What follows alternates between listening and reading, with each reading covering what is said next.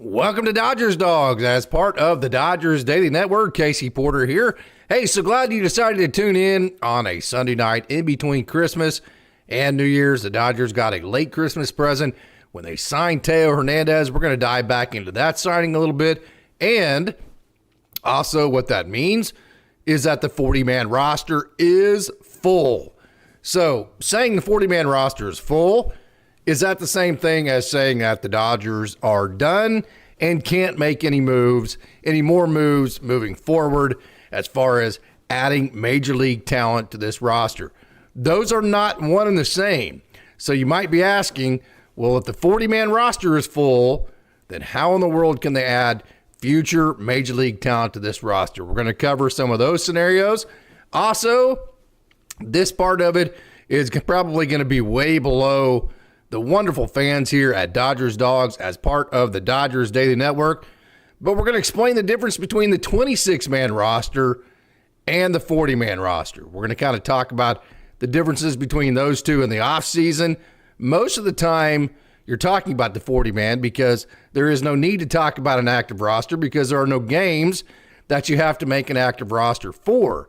But as you start getting to your limits, like the Dodgers are full on the 40-man, then you have to start talking about the 26 because you have to have enough guys on your 40-man that have minor league options to where you can actually shave it from 40 down to 26. So we're going to talk about those different scenarios. We're also going to talk about who's on the roster, who might get moved, who the Dodgers might bring in. And then we also have just a really fun Down on the Farm show tonight. It's about 17, 18 minutes. I hope at the end of this, whenever we get done talking Dodgers baseball, you will stick around. We're going to talk about Alex Freeman, AAA bench coach and third base coach, not bench coach, but third base coach, Chris Gutierrez, who Oklahoma State boy, I got to watch all of his games. He actually played with Josh Fields back in the early 2000s at Oklahoma State. The Josh Fields that played for the Chicago White Sox. He is the third base coach for AAA Oklahoma City. He's going to join and talk about Alex Freeland. He's going to talk about Dalton Rushing. He's going to talk about Austin Gothier. And then what it's like, I think you'll find it interesting hearing him talk about what it's like being a AAA manager or a coach, and you're trying to win games. I mean, the goal is to win games. But then also, you're trying to build this team element. But then also, you're trying to get each individual advanced to the next level. So as a AAA, AA coach, when they get close to the major leagues, it's a little easier on the bottom parts of the minor leagues, like at Rancho and Great Lakes. You're so far away from the major leagues. There's still a pretty heavy team element to that. But when you get to about AA Tulsa, AAA Oklahoma City, it becomes very close for these guys, and so it becomes harder to build things around a team element. And so just that dynamic between how do you build a team, but also take into account that it's all about each individual making it to the next level. He's going to answer that question. We're also going to talk about a couple of other different prospects in the system as well, pitching prospects. Dave Anderson is going to talk about Wyatt Kroll, who you really, really, really want to hear about. Wyatt Kroll is simply fantastic. And so we have a really, really good Down the Farm show tonight. And again, hey, we are going to talk all about the different roster moves. Again, the 40-man roster is full. So let's start with this. So you have two different rosters. You have a 40-man roster and a 26-man roster. So basically, if you're a college player coming out of college, after your fourth year in the minor leagues, you have to be added to the 40-man. Otherwise, you're eligible for the Rule 5 draft, the draft that we just saw the Dodgers lose Michael Hobbs in the minor league phase. We saw them lose Garrett McDaniels in the major league phase, lost Gus Varlin, Ryan Noda, Jose Hernandez, all those guys. Okay, if you come out of, if you're not college, then it's 5 years you're eligible for that. So once you get added to the 40-man, then you are eligible to be added then to what's called the active roster, which is 26, which is 26. It used to be 25. It's a 26-man roster. So that tells you alone right there that on your 40-man roster, let me move this over so you guys can see this as long as, yeah, right here. Okay, so on that 40-man roster right there, okay, you can see this here, and let me actually blow that up a little bit better so you can not see the sides of that. Here's the 26, here's the, what I project to be a 26-man roster right here. So at least 14 people on your 40-man roster have to have minor league options because you have to go from 40 to 26. So looking right here, Gavin Lux, James Outman, Andy Pages, Ben Kasparius, Jack Dreyer, Nick Frasso, Landon Knack, Bobby Miller, Justin Robleski, Tony Gonsolin, Alex Vesia. Okay, so then you have all this list right here. And as you can see, 20 players, these are all players right here that have the minor league options left. Gavin Lux, irrelevant, not going to get sent down. But the rest of them here, James Outman, Andy Pages, Ben Kasparius, Jack Dreyer, Nick Frasso, if and when he's healthy, Landon Knack, Bobby Miller, Justin Robleski, Tony Gonsolin, I think that's irrelevant. I think Alex Vesia is irrelevant, not going to get sent down. Edgardo Henriquez, Michael Grove, Kyle Hurt, if he's healthy, River Ryan, if he's healthy, Emmett Sheehan, Gavin Stone, if they're healthy, Brusdar Graterol, if he's healthy, Hunter Fiducia, and Diego Cartaya. So as you can see, 20 players on the 40-man roster, exactly half of the players on the 40-man roster still have minor league options. But here's where it gets really tricky for the Dodgers, okay? And I know Roy's saying that, hey, we're going to make trades to acquire new major league talent. And it's getting trickier as we go because, yes, you still have 20 players on your 40-man, although 40-man is full, and 20 of those have minor league options.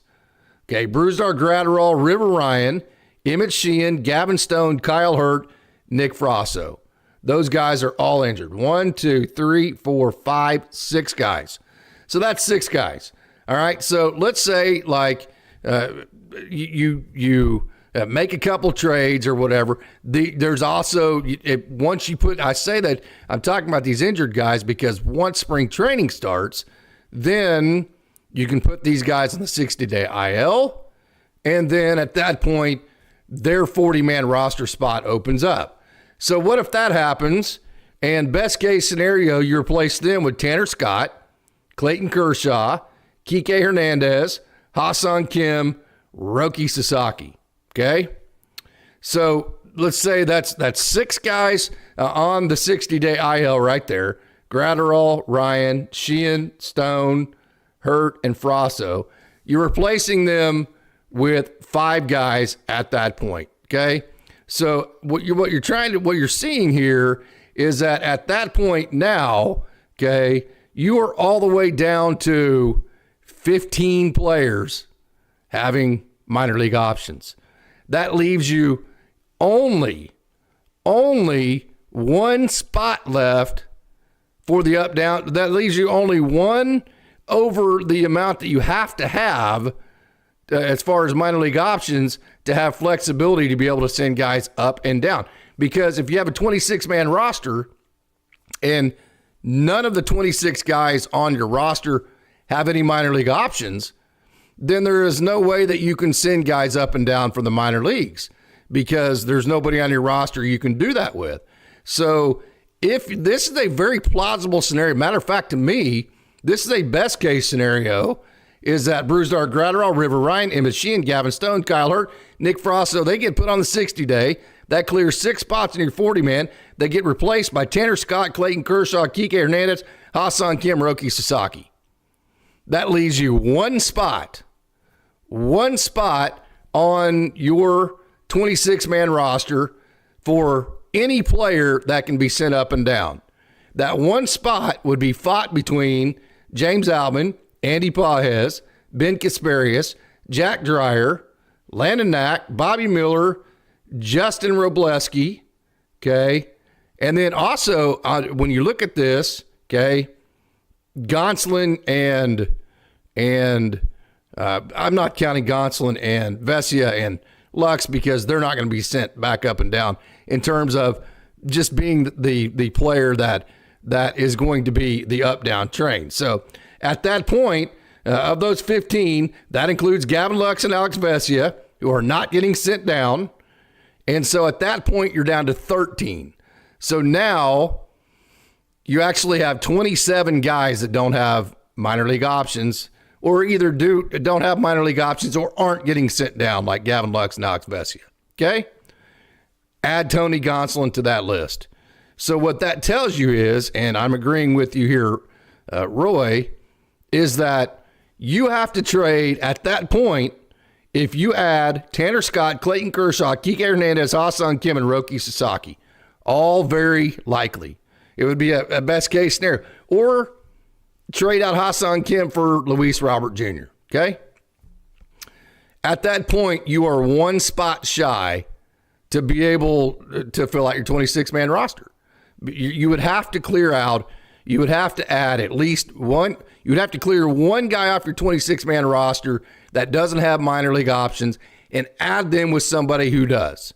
So going and getting a Luis Robert Jr.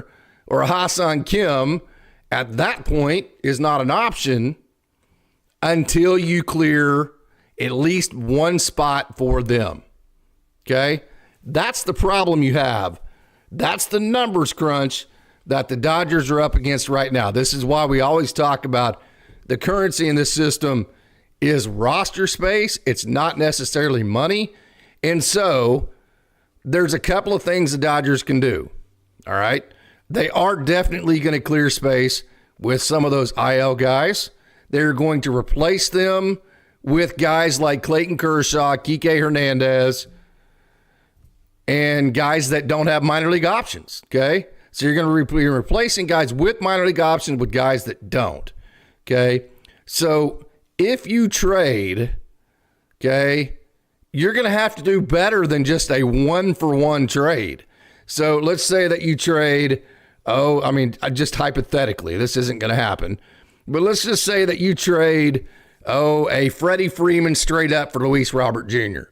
I'm not saying that's ever, I'm just giving that example just to kind of show you if it's a one-for-one, meaning a guy with no minor league options for another guy with no minor league options, you're still one spot shy on your roster.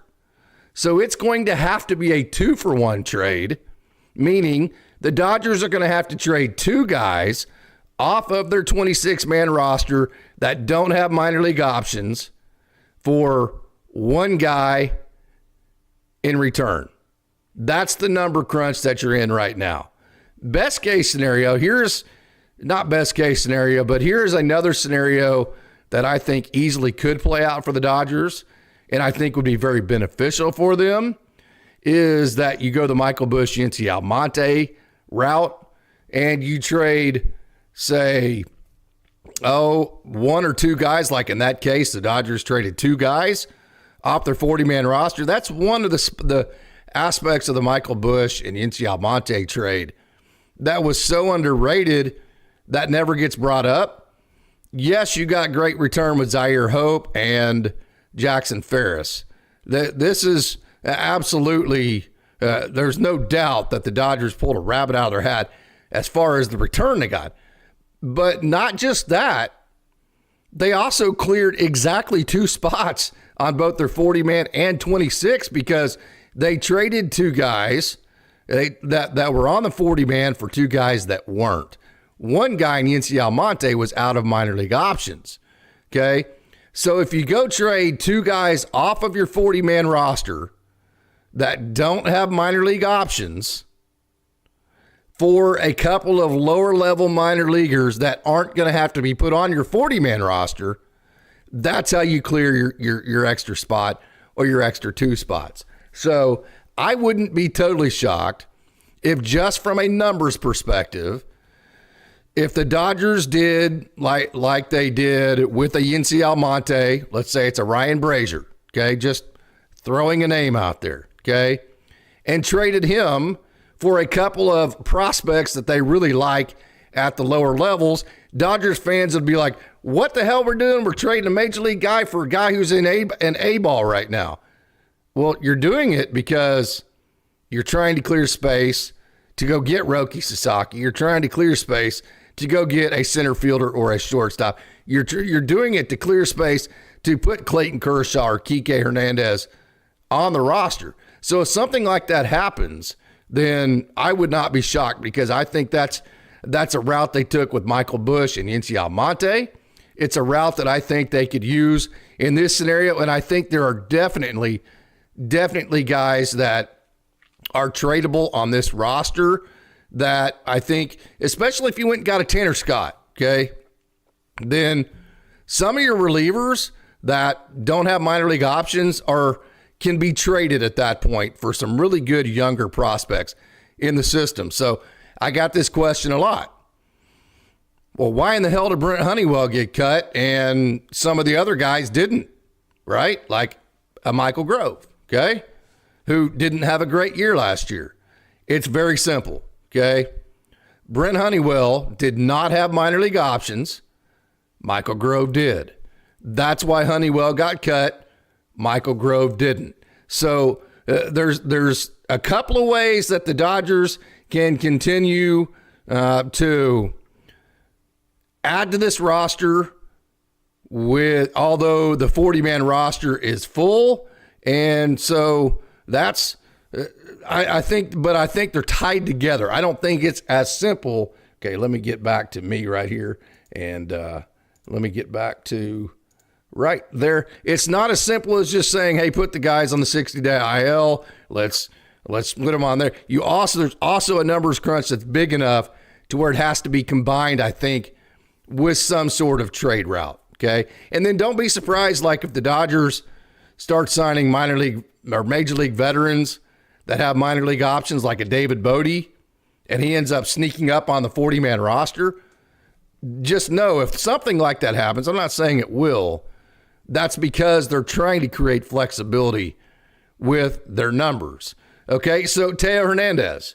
We're all very excited about Teo Hernandez getting signed back. And hey, we have a wonderful crowd logging in. What an awesome crowd. Just so super humbling whenever I show up and all of you wonderful Dodgers dogs out there show up. So thank you so much. Make sure and stick around for the Down on the Farm segment. We're going to get to that here in just a little bit. We're going to get to your comments here in just a second. Wanted to get through my Teo Hernandez talk here. So what took so long on the Teo Hernandez situation? So I've heard a lot of people say that the Dodgers, the first thing you need to understand about this front office is that beyond baseball, which their comprehension of the game of baseball is insane. I'm just telling you, every time I talk to one of these guys, I'm pretty confident in my knowledge of the game of baseball. And every time I talk to one of the coaches, or I talk to a scout, or I talk to like a Billy Gasparino in the front office, I am reminded in a humble way that there is a whole different world as far as a level of knowledge of baseball way above me, which is in this Dodgers organization. So the knowledge of the game of baseball in this organization is absolutely insane. Okay. But beyond anything else, this is a group of people that absolutely understand economics. They understand how to make deals. They understand the long-term impacts of economics combined with the short term. So this Teo Hernandez situation was the absolute perfect case scenario that proves that. Same with the Shohei Ohtani situation, okay? So basically, a long story short here, or a short story long, like I say that I always like to do, right? Because I get long-winded from time to time. I hope I explain this in a way that makes sense. There is a certain threshold as far as, like you say, if you defer money, then the Dodgers can put that money on the side. They can put it on interest in a trust or whatever, and they can grow interest on that. And then at the end of the 10 years, that interest has made that money worth a lot more than than the $700 million, right? And so the Dodgers are making money in that way, plus they're making money on the player while they have them. But here's the deal. There is a certain threshold to where if you draw interest above that threshold more than like 1.5%, then you actually have to add money to what is being counted towards the CBT. So there are rules on that. You can't just go straight up, make 15% interest on the $700 million and then repay that after the 10 years and be done with it. If you do that, so the threshold's like around 4 or 5%. So subtract about 1.5% for that. So like basically the way I understand it is anything below that 1.5% of 5%. So like anything below 3.5%, that part of it can be deferred, right? And so whenever the Dodgers put that into whatever account they put it in, and it sits on interest in whatever situation it is, if it is 3.5% or below or whatever it is, all of that below 3.5% can count, doesn't have to count against the collective bargaining tax, the CBT. So that's how you get from $70 million as far as the actual annual salary for a Shohei Ohtani. That's how you get that down to it only counting 45 to 50 million. And you might say, well, if they're deferring all but 2 million of it, then why is any of it counting towards the CBT? That's exactly why. That situation there, to where only the part that is below the certain threshold, it can be counted or not counted towards the CBT, right? Okay, so you might say, well, why in the hell would a player want to defer money 10 years when they know inflation every year, hell, $700 million 10 years from now isn't going to be worth near as much as what $700 million is worth now? That's a great question. So here's how a situation like that comes together. So the Dodgers put together, as far as the collective bargaining, the collective bargaining tax, okay, the CBT, the competitive balance tax. I'm sorry, I keep saying that wrong. The competitive balance tax, the CBT. Let's just say the CBT. So the Dodgers say, well, we don't mind spending, say, $45 million a year towards the CBT on Shohei Ohtani, right? And so at that point, if there was no creativity to it, they would offer Shohei Ohtani $45 million a year for 10 years. That would be a $450 million contract. But if they can figure out how to have deferrals, okay, they can get that thing up to $700 million, all right? They can make $25 million of that not have to count towards the CBT because they went below that threshold. So then they can give that $25 million that's not going towards the CBT, they can give that money back to Shohei Ohtani. So instead of him making $45 million a year, he's making $70 million a year. So by agreeing to the deferrals, Shohei Ohtani got a $70 million a year contract instead of a $45 million a year contract that he would have gotten without the deferrals. So that brings us to Teo Hernandez. Here's the problem. We've gone through the regression of ages 32, 33, and 34. There is no way that any team in baseball, period, in a discussion, was ever going to pay Teo Hernandez $40 million, even if they were able to get down the amount counting towards the CBT to 22 to 25 like it is now. So the Teo scenario was never going to happen like Shohei, because Shohei is worth paying $700 million because he's that guy, for one. Not that Teo's not great, but Shohei is that guy. He's the right age. It all fits. The Dodgers were never going to pay Teo $40 million, even if only $22 million of that went towards the CBT. So the Dodgers were going to start at the 22 to 25 million mark with Teo, and then want to defer from there. And so now at that point, Teo is looking at deferred money at $25 million that's going to lose value because of inflation. And he's like, well, rightfully so. Screw that. That doesn't work for me. I want to be a Dodger, but deferring at a $25 million contract for 3 years makes no sense for me financially when I just had a prove-it year, and this should be my big payday. This is the last time likely I'm going to get to cash in. I want to be a Dodger, but I can't do that. And the Dodgers wanted Teo. So the beauty in this is they said, okay, I'm just telling you, we want to defer a certain amount of money on this, right? We want to defer $22 million on this. We're not doing this deal unless we get these deferrals so we can get our CBT numbers down to a manageable number. But I'll tell you what we're going to do, Teo. We're going to give you a $22 million signing bonus. So you're going to get your $22 million straight up, which is going to bypass inflation altogether. We're going to get $22 million in deferrals, which is great for us because it helps us with the competitive balance tax. And it all worked out exactly evenly, straight up, right down the middle, 50%, which just goes to show exactly how much Teo wanted to be a Dodger. And it also goes to show just how much the Dodgers wanted Teo. So just another example of the organization playing chess, both when it comes to being able to predict what type of player they want in the system, being able to get the right guy, playing chess from that perspective, but then also playing chess from a financial perspective.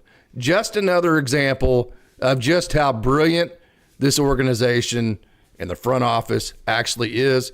Dodgers fans should be super thankful for exactly the ability that they have, the way they put their brains together, and the way that they got this Teoscar Hernandez deal done. So, although the 40-man roster is full, there are still options. You could DFA some guy like Justin Delamas is saying. I don't see that happening. I think the DFA candidates would be guys that don't have minor league options. So that leaves you with Austin Barnes. That leaves you with Chris Taylor. I just don't see the Dodgers. You got to realize Chris Taylor and Austin Barnes. Austin Barnes caught the last pitch of the 2020 World Series. I get it. You don't make decisions based on nostalgia, but you're not going to find a better backup catcher. Again, don't compare Austin Barnes to starting catchers. Compare him to who you could have as a backup catcher. When you put actually the production he had last year, the way that he works with pitchers, the way that he works with some of the young pitchers, the way that he's basically a coach, another coach on the bench. He's a coach on the field when he plays. The way that he fits in like a glove. Whenever you put the whole rounded assessment together of Austin Barnes, there's no possible way anybody will convince me that the Dodgers could go out and get a better backup catcher in his spot, okay? And then even having said that, you're also then going to have to get a backup catcher that is better than Austin Barnes that has minor league options. I don't know who that would be, right? It would be a hard sell for me. And then also Chris Taylor, he's had some huge hits for the Dodgers. He struggled mightily, but he is very versatile on defense. He is widely revered. Maybe there is some nostalgia there. Maybe it isn't. I just don't see the DFA thing with either one of those guys. I don't see the DFA thing with any of them. So I think it's going to come down to 60-day ILs and trades, and the trades are going to have to remove more guys off of your 40-man than you're adding into your system that need to be put on the 40-man. So you need to trade, for instance, 2 guys off your 40-man and only get 1 guy back that has to go on, or no guys back to clear space. So Justin Lamas is saying DFA and trades are the way they can get guys off the 40-man until spring training starts. Yeah, so that's what we're talking about. So even though you have those 60-day ILs, that's where the 26-man roster then has to become the conversation, because if you remove if all the guys getting removed had minor league options, they're replaced with guys that don't, you're going to end up with a situation where you only have 15 guys on your 40 left that have options, which means you're one short. So you're going to have to add a couple of you're going to have to remove a guy, add a couple that can be sent up and down. And so it's not just as simple as replace the 6 DIL guys, trade. It also has to be in a situation that is subtracting numbers from your 40-man roster and not adding. Mr. Seabat, congrats to Mr. and Mrs. Otani, who are now expecting their first child. Absolutely. Congratulations to them. 100%. Roy Estrada, Casey Dodgers making trades to make room. Sasaki coming to Dodgers with force, even though he will be on the minor league contract. We will have until spring training to open up roster spots. CT3. Yeah. So that's the narrative. Yes. You can sign those guys, Clayton Kershaw, Kike Hernandez, Roki Sasaki.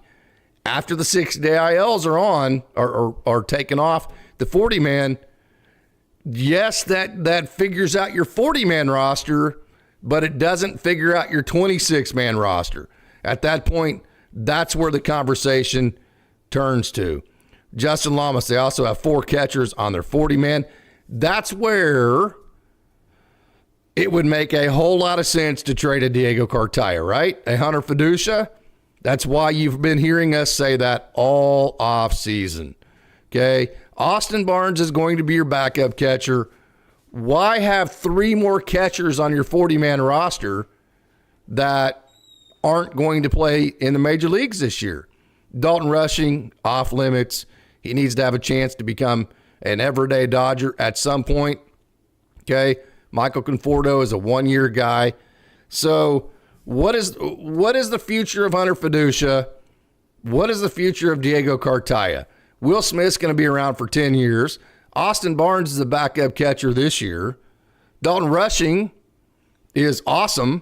So to me, Hunter Fiducia and Diego Cartaya, they deserve, first of all, let's say this, first and foremost, Hunter Fiducia and Diego Cartaya, they are good enough players, talented enough young players, where they deserve a better chance at having a major league career. So for them, it would be better. And for 2, there's no situation to where unless like it's catastrophic and you have injuries, that they're going to help the big league club this year, at least any kind of substantial amount. And we've already seen, even in a scenario to where Hunter Fiducia could get pulled up, they could just go get an Austin Wins type, right? So what is the point in having both Hunter Fiducia and Diego Cartaya both on the 40-man roster at this point, right, when you know they're not going to help your major league club? Having said that, you can't trade those guys for major league ready talent that doesn't have minor league options. You're going to have to trade them just from a numbers perspective for prospects that are younger that aren't going to be on your 40-man or your 26-man. That's just how the math is working out. So, hey, Chuck Huddleston, thank you so much for joining. I always appreciate your great support. I see 40-man prospects being traded for high upside, lower level minor leaguers. That's ding, ding, ding right there, Chuck. That is 100% exactly correct. And then also, here's the big one. If you can trade one of your 26-man guys that doesn't have minor league options for a couple of younger prospects that don't have to be on your 26 or 40-man roster, that is exactly a perfect case scenario to clear up space, especially, again, if you know you're going to go get a Tanner Scott type of player. Or, like Justin Lamas is saying, even if you don't get a Tanner Scott, even better, you just move Dustin May into the bullpen. That gives Bobby Miller or Landon Knack or Ben Kasparius or Justin Robleski a chance at that number 6 spot in the rotation. Maybe it's a rotation for that 6 spot.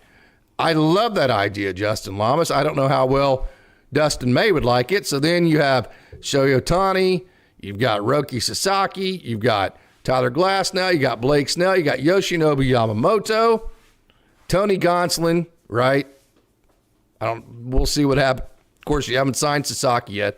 So that 6th spot could be, if you move Dustin May to the bullpen, could be rotated between the Bobby Millers and the Landon Knacks and the Ben Kaspariuses, which is to me that's a good scenario, because that's what we're talking about with Austin a lot, is that, hey, it's great to be in win now mode, but what you're seeing right here, the numbers that I'm giving you not matching up. This is why you have to get younger, because at some point the numbers don't match up.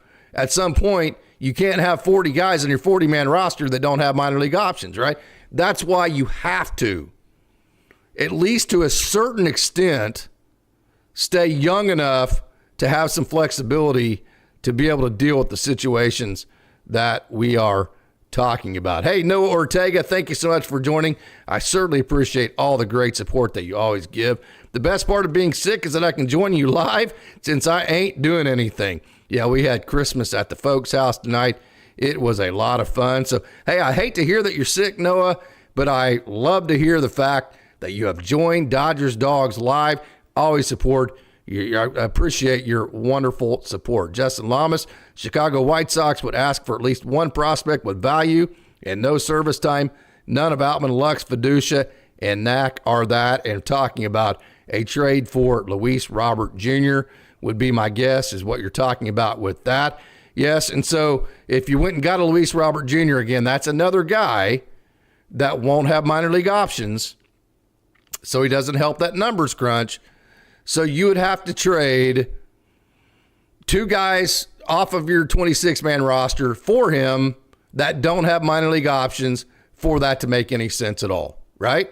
That's where the wants versus needs. Now, I guess you could make a 1-for-1, but you're still that one roster spot shy, because remember, we talked about both Vesia and Gavin Lux, although they are 2 of the guys that have minor league options, and it doesn't matter because they're not getting sent down.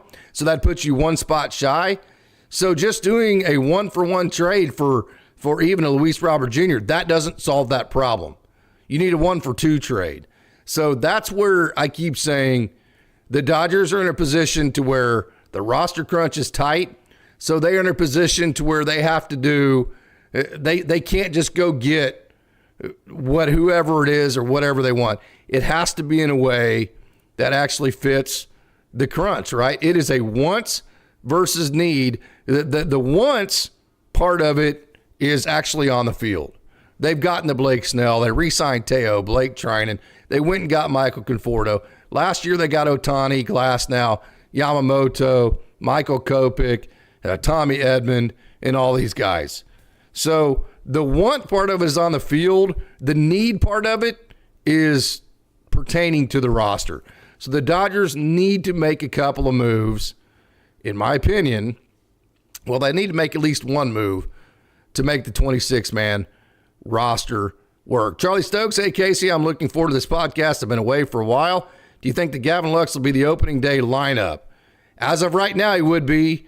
I have said many different times I don't buy the idea that the Dodgers are totally sold on just giving over the future of shortstop to Mookie Betts. Now, when I say that, that doesn't mean that I don't think that he won't enter spring training as the shortstop for the Dodgers. Okay.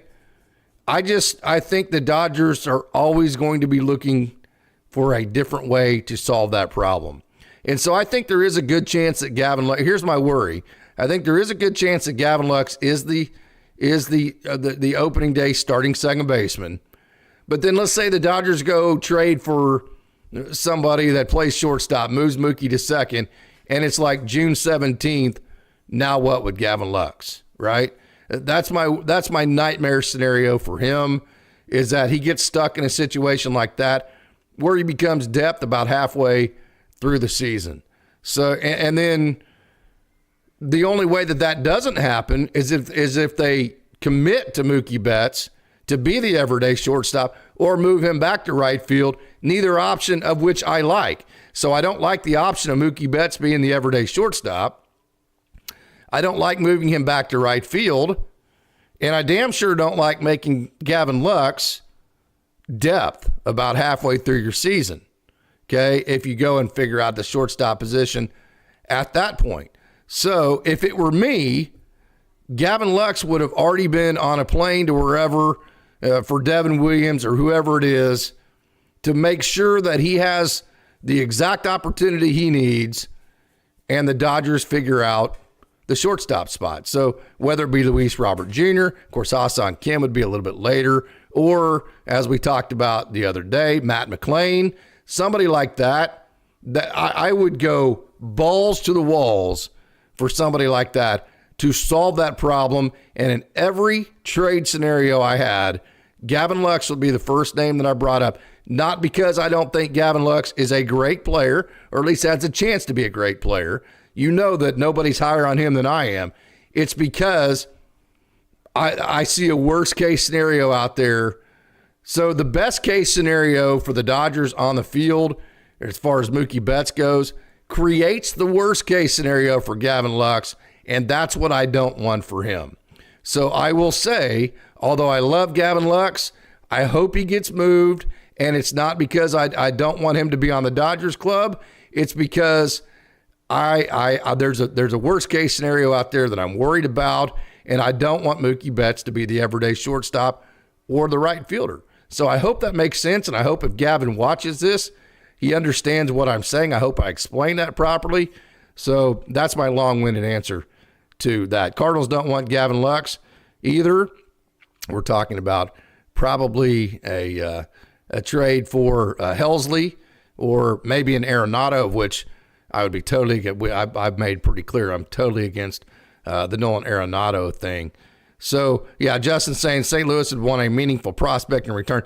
So what you're probably going to have to do for a club that, hey, Gavin Lux, maybe he's not a position of need for them or whatever, so he's not the headliner that maybe you would need to spice that up. So what you're going to have to do is probably make it hurt a little bit with a Josue de Paula, with a somebody down there at the lower ranks, maybe a Noah Miller, or somebody that the other clubs would want, that they wouldn't have to put on their 40-man, that adds to their depth of the minor league system. So it probably wouldn't be just Gavin Lux. I think it would probably be a couple of prospects that would be pretty painful. But again, let's use our brains here. Okay, let's look at the game plan for the Dodgers. I mean, left field, you're going to have Teo, center field, Edman, right field, Conforto, third base, Muncy, shortstop, Betts, second base, Gavin Lux, first base, Freeman, catcher, Will Smith. That's two guys out of your nine that grew up in your system. And those two guys, Gavin Lux was 2019. Will Smith was 2020?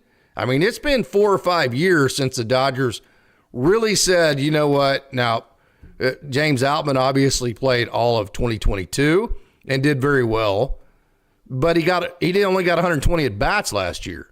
So he didn't get runway like a prospect needs. And I say that to say it's been 4 or 5 years since the Dodgers have said, you know what, screw it. We're handing this position over to Gavin Lux or to Will Smith, our next position player prospect, and he's our guy, and we're going to roll with it. Whether it's good or bad, fans, shut the hell up. This is our guy. He's going to be our guy, so get behind him. He's going to have struggles, and when I say shut the hell up, what I mean is when he does struggle, instead of ripping his ass and wanting somebody else in there, actually support him and get behind him, because I'm telling you, this is going to be our guy. It's been at least 4 years since the Dodgers have made that type of commitment to a position player prospect, right? And so none of the trade chips, as far as I'm concerned, hurt, because the way the trend's going is none of them are going to make the major leagues with the Dodgers and have a significant role anyways, even if they're really, really, really, really, really freaking good, like Andy Pages always has been. So play him or trade him, and I totally agree with you there as far as some of the prospects down the line. Mike Lopez likes Luis Robert Jr. in center field. That moves Edman back to shortstop, Mookie at second. That is the doomsday scenario for Gavin Lux. That's the one that I'm worried about. And I can't honestly say whether, again, I'm going to say it. I don't like Mookie Betts at shortstop. I don't like him in right field. I think the best case scenario is to figure out a way in the long term to get him at second base. And so my question at that point is, what do you do with Gavin Lux? What's the best case scenario for him? Mike M. Dodgers would just have to eat CT3's salary. Yeah, that's championships over prospects. Yep, Dan Moreno. I wouldn't disagree with that whatsoever, but I think your prospects allow you to help build championships, and I will take you back to the 2020. Cody Bellinger, Corey Seager, Walker Buehler. Did you like Walker Buehler? Did you like his last 3 outs that he got? Did you like Clayton Kershaw? Have you enjoyed his career? Have you enjoyed watching Will Smith? So I hear that all the time. You know, the parades over prospects or championships over whatever it may be, but that's not actually the case. Okay, it works together. Even if it's not necessarily the prospects on the field at that time, you're still dealing with the fact that, like, prospects are going to be able to go execute a trade to go get some guys like Ryan Pepio and Johnny DeLuca. Okay? Good prospects. Johnny DeLuca was having a good year till he broke his hand, right? So the Dodgers were able to trade those two for Tyler Glasnow. I think we're all pretty excited about that. So in one way or the other, you can't say the prospects don't matter and it's all about championships, because if you actually want to win championships, you have to figure out a way to maximize your prospects. And if it's not on the field, then you have to maximize them in trade value, which is exactly the conversation I'm having here, and trade them when they are the most valuable to get you the major league return, or even like a Zaire Hope and a Jackson Ferris that gets you the most amount of value even back into your farm system. So it's a situation to where I think the Dodgers, at least at some point in the near future, are going to have to pivot a little bit back. They're going to have to pivot at least a little bit some this year, because the roster crunch is such to where you're going to have some guys that have some minor league options. Yeah. Hey, Sammy Boy Smith, what up, what up? Thank you so much for joining. I always appreciate your wonderful, wonderful support. Yeah, DJ Jesse, Lux at short, nope. And especially, that was tough on him, coming off having not played a year, and then also coming off a massive injury, playing a position like that, only getting 10 days. And so he definitely didn't prove he can't play shortstop. I will disagree with you on that, DT Wong. You don't prove or disprove anything in 10 days. You just, what got proved there is that the Dodgers, so like it took Gavin Lux the entire half of the season to figure out how to become a good offensive player, right? Coming off the injury and getting back off of being rusty and all that. The Dodgers simply didn't have time for him to make that adjustment at shortstop. So the only thing that proved was that they didn't have time to let him settle in at the shortstop spot. And in the 10-day period, I think they realized it was going to take quite a bit of time for it to happen, if it was ever going to happen. So I would say that's pretty much all that proved, is that they just didn't have time for him to make the adjustment to shortstop and offensively. They did. I will give them credit. They gave him the amount of time he needed to get adjusted offensively. Gavin Lux played a solid second base and then figured out how to get the offense going in the second half. This is one that's going to fire up the chat here from Alfonso Lucio. Trade for Correa. We're going to have a host of boos after that one. There is a lot of Dodgers fans that do not want Correa. He's a postseason dog. He can get right with us, by helping win championships. You will be, at least from my experiences, I think that will be a minority perspective. Here's a good one here. Mike M. Get Bichette, move Mookie back to second base, trade Lux. There's been more steam to the Bo Bichette thing. We'll see. Not sold on that. That dude's really good. I don't know, man. He's somebody you can build around. I'm not sold that he's a movable piece for the Blue Jays. We would have to wait and see. I still think that type of thinking is pie in the sky type of stuff. I think it's more in line with a Matt McClain, a Ha-SeongKim, if you're looking at shortstops, or a Luis Robert Jr., if you're looking at adding a center fielder to get Edman back to shortstop. Hey, Orlando said, would love to see Hunter Fiducia be traded for more young talent to refresh the farm. Absolutely. 100%, Orlando. I think it's the best case scenario. Send Hunter Fiducia to an organization that has an opening for him. Refresh your farm. It clears a spot on your 40-man. It doesn't bring anybody back into your system that has to be put on the 26 or the 40-man. That, to me, that makes a lot of sense. Sir, Austin Barnes will not be traded. Absolutely not. He knows too much to let go, especially a rival or a team we eventually face in the playoffs. He knows pitcher schemes and that kind of deal. Yeah, he's not going to be traded or DFA'd. I don't see that happening to Chris Taylor either. Mike, hey, if the Dodgers miss out, there's a question here on Sasaki. Can they get Flaherty on a one-year deal like Buehler did with Boston? Well, that's not up to the Dodgers. We're going to see how the free agent situation and the market lines up for him. I doubt they would get Flaherty on a one-year deal. I think at that point you just roll with what you got. I mean, you've got a pretty good roster. I think that puts Tony Gonsolin and Dustin May at the 5 and 6. As insurance, you have Bobby Miller. As insurance, you have Landon Knack. As insurance, you have Ben Kasparius. Then I think what that does, I think if you miss out on Sasaki, I think that makes it more important to go get Tanner Scott, because then that eliminates the likely possibility. It makes it harder to move Dustin May to the pen, which would be the Tanner Scott type of replacement. So I think if you don't get Sasaki, that makes going and getting like a Tanner Scott type high leverage reliever more important. Mike Lopez, Austin Barnes is gone next season, just like Conforto and Miguel Rojas, as well as Kershaw retiring, and Muncy has an option. Yes, so there will be some positions that open back up, but who's to say Kershaw won't want to come back? Who's to say Michael Conforto doesn't kill it or have a really good year and do exactly what Teo Hernandez did with the Dodgers this last year? We all hope that, because if that happens, that means that he had a good year and the Dodgers want him back, right? DJ Jesse, Luis Roberts trade would be nice. Move Edman to shortstop, Mookie to second, Lux trade bait with Outman, Grove, and Fiducia, which, of course, what you're doing here is you're wanting to trade all the guys that you don't want, right? And you're wanting to go get the guys that you do want.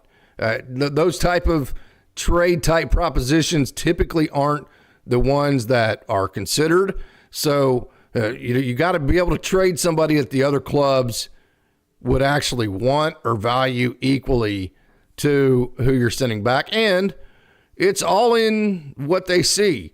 Gregory says, what's Lux's future? I'm going to tell you this right now. I don't think anybody in the Dodgers organization could give you that answer. Not just me, because there's so many different wide-ranging variables to this.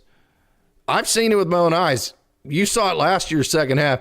Gavin Lux could come out and rake and be the Dodgers' best hitter like he was for a couple of months last year and be good and be a way above average second baseman and force his way into a situation to where it would be stupid for the Dodgers to move him.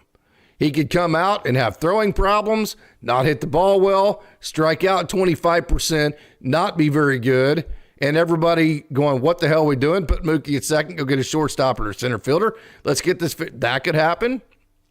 Or it could be, okay. Well, I mean, he's 240, 250, not terrible, playing a solid defense. We're winning games. We're in first place by 3 games, and now you have a whole lot of gray area. So it's like one of those open-ended books. Pick whichever page you want to go to. You're going to get a different ending, whichever one you pick. And so there's different scenarios for Lux's future. The one thing I don't want him to be is depth, where he's just sitting on the bench and only playing in certain scenarios or on certain days. I just don't want that doomsday scenario to happen for my man Gavin Lux. He's too good of a player. He has too much potential, and he deserves a chance, especially he showed you. I mean, he was part of a World Series championship team last year. He got a big sacrifice fly and had a great second half of the season. He deserves to be an everyday major league starter somewhere. And as of right now, it's on the Dodgers, right? Hey, Mike M. need to clear some roster spots. CT3 Outman, Barnes, Lux, Grove, Knack, and Miller can be dealt. Well, I don't think anybody would, definitely nobody would take on CT3's contract. Nobody's going to take on Barnes at this point. Lux, Grove, Knack, and Miller. Boy, I don't know, man. Miller's very talented. There's recency bias there with the fact that he was injured last year. And then remember, Walker Buehler wasn't very good either. Then all of a sudden, he figured it out right in time, okay? But you're never going to get me to think the Dodgers should do anything but keep giving Bobby Miller chances, because this dude is special in terms of the potential, in terms of the stuff, and he's just getting started, and he's never been healthy. The last 2 years in a row, he's had to deal with injuries, get ramped up late. He's had to hurry back in, never had really a window to get comfortable. So I'm a definite no on anything other than giving Bobby Miller every chance you possibly can to become the pitcher that he can be. As far as the other guys, Lux, Grove, Knack, I would, and Altman, I'd be interested to see what kind of return you would get trying to dump some of the guys that you want to dump off of that to try to return just roster spots. So the advantage of what Mike's saying here is that you're not necessarily trying to go get Luis Robert Jr. or a Hall of Fame type player. You're just trying to go get prospects from that are maybe like an A-ball just to clear roster spots. So that's the advantage and the intelligence of what Mike is saying right there. So Red Sox are never giving up. Yeah, hey, Knopf, Meskin, Andy Pawheads will be traded before the season starts or the next few weeks to make room for Roki. I hope not. I really like Andy. I think that would be a mistake to trade him because he has a clutch factor to him. He's very good. You got to remember he was coming off the labrum injury where he didn't play almost at all in 2023. And considering the situations he was in, the spotty playing time, he actually was really, really good. Brave Bull trade Dalton Rushing to Angels for Tyler Anderson. I would not be just a no on that. I would be a very, very, very, very, very heavy no on Dalton Rushing for Tyler Anderson. Gregory, heard the Dodgers might trade Lux and company for Luis Robert for the White Sox. Yeah, we'll see exactly how that goes. Roy Estrada, Dodgers are putting the product on the field and fans are buying tickets. Smart business, high prices. High price players cost. They definitely do. Ask other fan bases about their $25 tickets and the product on the field. So would you rather have $12 lawn seats to go watch a not very good team, or would you rather have expensive tickets to watch Shohei Ohtani, Mookie Betts, Freddie Freeman, and the Dodgers win the World Series? Michael B. Isn't Dalton Rushing the Dodgers' top prospect? Isn't he a catcher? Yes, on both of those. Yeah, so, hey, we've been going at it for right about an hour. What we're going to do now is we're going to get to the Down on the Farm segment. So, hey, I hope you enjoyed that. Hey, in this Down on the Farm segment, again, we're going to cover Chris Gutierrez, the AAA third base coach. He's going to talk about Dalton Rushing, Alex Freeland. We're going to talk about some pitchers. Dave Anderson's going to talk about Wyatt Kroll and a couple of pitchers down at the at the Great Lakes level. And then also Chris Gutierrez is going to talk about the dynamic of being a AAA coach and trying to create a team element, but then also doing it with the individual aspect of each individual trying to become a major leaguer. So, hey, without any further ado, let's not waste more time. Let's get right to it, and let's take a trip down the farm. Yeah, Alex is great. I didn't know much about him until we got him. And, it was kind of like, again, it was like bittersweet. Like I watched him, who I considered my favorite player, you could get traded. And then, Alex comes up and I just was like, this guy better be like Trey Sweeney. Yeah. And you know what? He was exactly like Trey. Extremely talented. Another player that I will put on saying he can play everyday shortstop in the major leagues. There isn't too much about his game that you can critique. He's still learning. He's still young. And defensively, he's very, very good. Great athlete, isn't he? Great athlete. He's a bigger and stronger than I thought he was. Again, right. I didn't really know him. Hadn't really seen him. And when we got him, I saw him in Vegas. That was the first time he came to us and leads off the game with a home run. And I'm like, okay, here we go. So it was, he was definitely a treat. And he has a potential to possibly be the future shortstop of the Dodgers. I believe the trade that Trey Sweeney was involved in opened the door for Alex to now knock down and get an opportunity to possibly, become the future Dodgers shortstop, which is a huge, huge deal. Yeah. I have not had a chance to talk to him, but I've been around him, and he seems like he's very quiet and just very humble and just kind of wants to just put his nose down and go to work every day. Yeah, he's fiery guy on the field. Like in between those lines, there's a different Alex than you see off the field, which is cool. He holds his teammates accountable. If you're not there to play and to win the game, you're going to know about it. And that was the backstory with him. We've heard a lot of stories about him and Dalton getting on other teammates down at the lower levels about, hey, we're here to play baseball. We're not here to, screw around. And that was great to see. That doesn't happen. This generation of players is just different. The way they've grown up around the game and essentially been treated by people. They've been coddled a lot because of all the social media and the perfect games and stuff. And what's my rating? What's this and that? And it's not a lot of coaching's been given to them. But these two guys are, I feel, built from a different cloth. Like they've a little bit more old school in these two guys, and especially Alex. And that's great to see from the guy that could man down shortstop for the Dodgers one day is that could be your captain. So Dalton Rushing, obviously the mentality, you mentioned it. Could you speak to his mentality and then maybe some of the positional versatility that you guys are working on with him? Yeah, he didn't know much about Dalton. I knew he could hit. I obviously knowing that in the organization.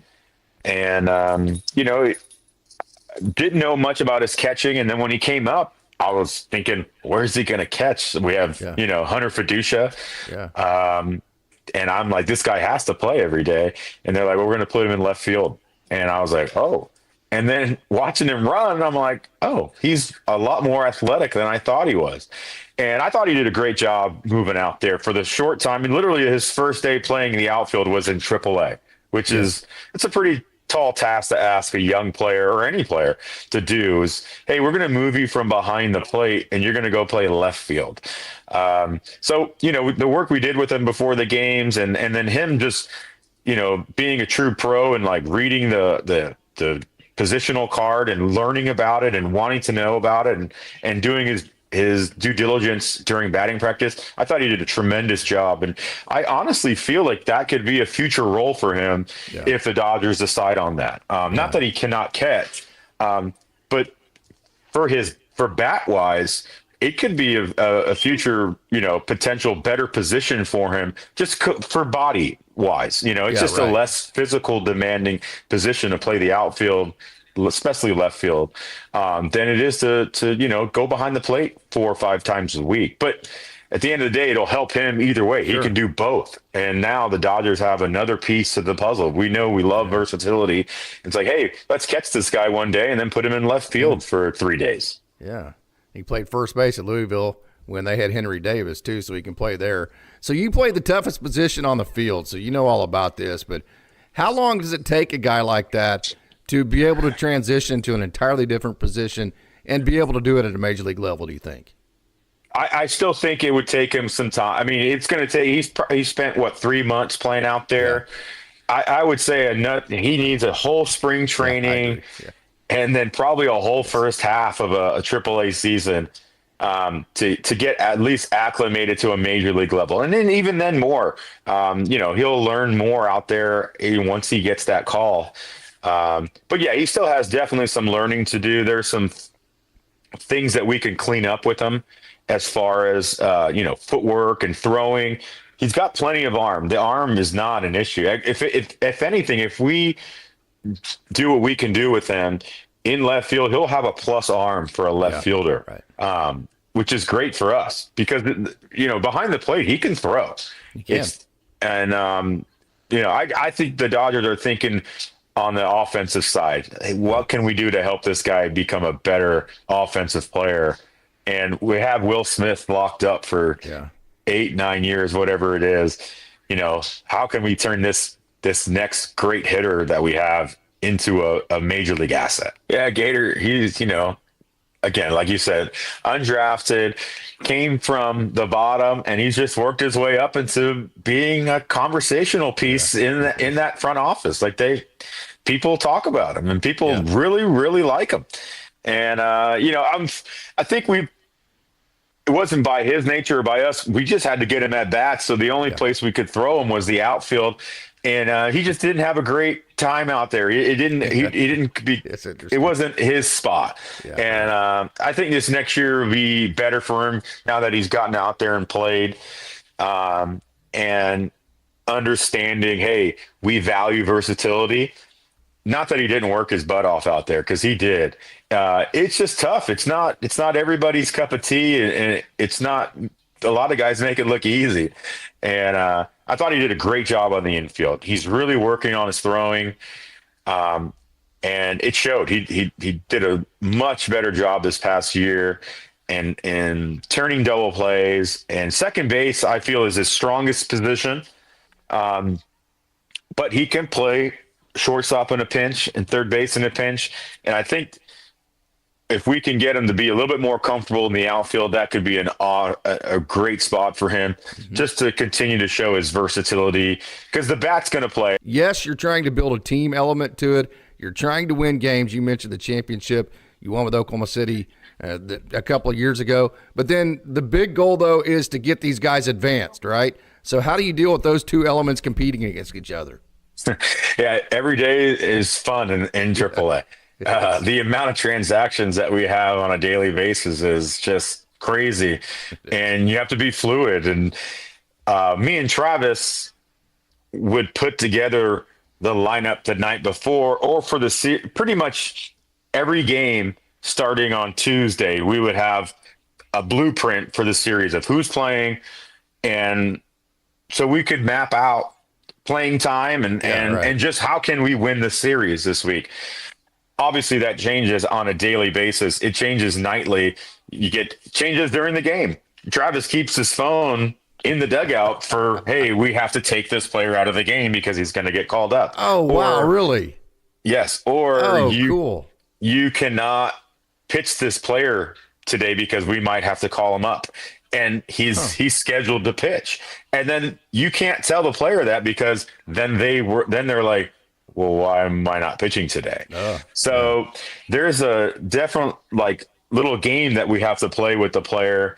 Like, you're not playing today, and the player plays every day. Well, why? And then, those things those happen. Like, the player a lot of times goes like, well, why am I not playing?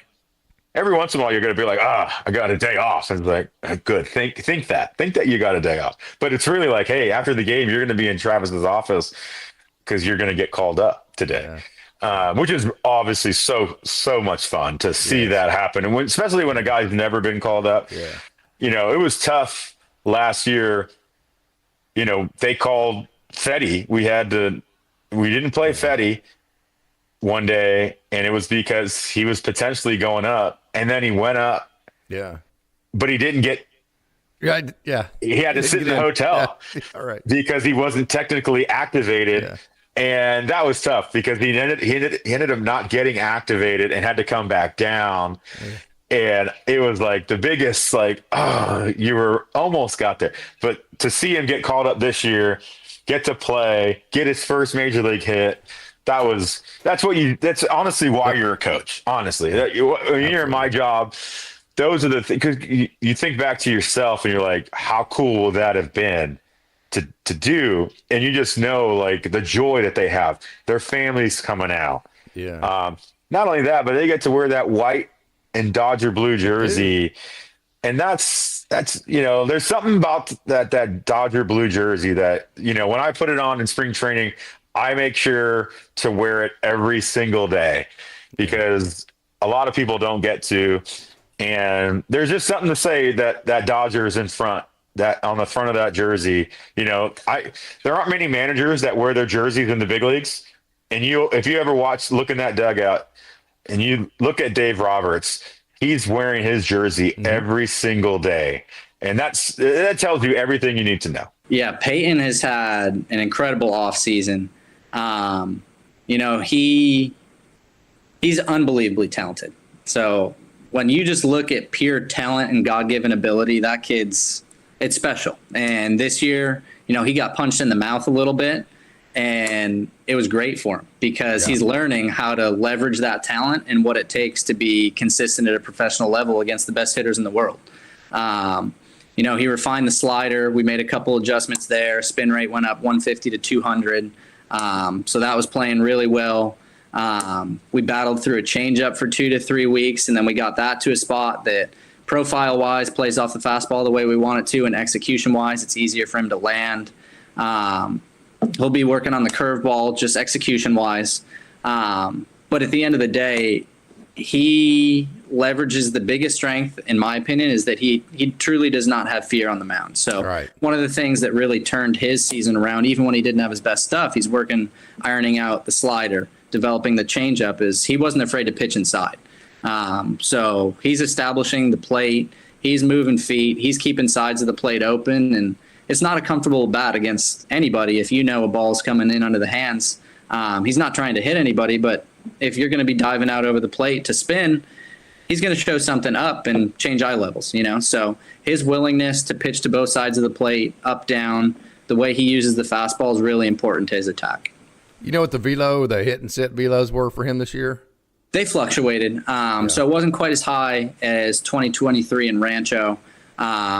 He's put some really good weight on this offseason. He's moving a lot better, just kind of freeing up some pieces of the delivery to a little more athletic-based stuff, and just get him more into a comfortable spot that you see the explosive moves into foot plant that we saw in 2023. I think we're going to see a lot better version of Peyton as a result of everything that he went through and the work he put in this year. Everything we did started with the athleticism. So his bullpen days, we put him at shortstop, hit him ground balls at shortstop before he hopped on the mound. Oh, really? Yes. So that was part of his. See, I told you this is the most creative pitching coach in baseball right here. That is awesome, man. Yeah, we did some out of the box stuff with Peyton that he just has fun with. But all of a sudden, you start to overlay certain throws, and it's like, that's the throw. That's the Peyton that we know. So it's just kind of blending certain things. Crow, on the other hand, really big stuff. The sinker's huge. The sweeper's really big. The slider bridges the gap. We've put a lot of bandwidth in now heading into this coming spring training to an option to neutralize right-handed hitters. He flashed in his last start 4 to 5 cutters that we worked on that were really, really impressive. But then you also look at guys like Logan Webb, who are plus sinker first, and they flash 10 to 12 vert four seams that play extremely well. So I think it's important, considering the way that Wyatt attacks off of a plus sinker, a plus slider, a plus sweeper, a downer slider. The option that we're going to add, whether it's a four seam or a cutter, it's less important to look at the quality in a vacuum and more important to look at how it impacts the rest of the pitches. So he's going to come in with another option that's really going to help him neutralize the right-handed hitter. He dominates lefties, not a fun at bat for lefties. And he's got the weapons. The changeup came a long way. We went back to a traditional changeup that he threw at Florida State. he's very talented, extremely twitchy, extremely explosive, and he can do a lot of things with the baseball that a lot of people can't. So if I think I heard you right there, it's more about how he can shape a pitch so it can tunnel or play off of another pitch than it is to actually just make it a metrically better pitch on the track, man. Did I hear that correctly?